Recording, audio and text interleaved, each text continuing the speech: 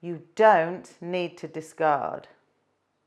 So this is going to be a bit of a big one for some people, because once you have made your starter, once you have an established starter, you do not need to ever be discarding.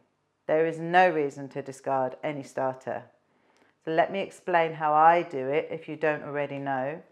I keep a very small amount of starter. Obviously I have a couple of jars here, but this is just to show you. I keep anything between 50 and 100 grams of starter as a maximum. When I want to make my dough, I feed it based on what I want it to produce. So if I want 50 grams of starter, I am feeding it to create that. I tend to feed mine 30 grams of flour, 30 grams of water.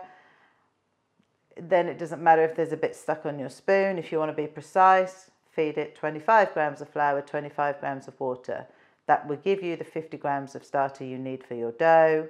Once you take that out, you'll return it back to its original amount. That can go in the fridge until you want it again.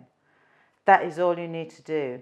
There is never any need to discard or to have waste or any of that, or add in that extra step. If you particularly like making discard recipes or fast recipes, you can feed your starter for that purpose. It doesn't have to be starter that's been sitting in the fridge.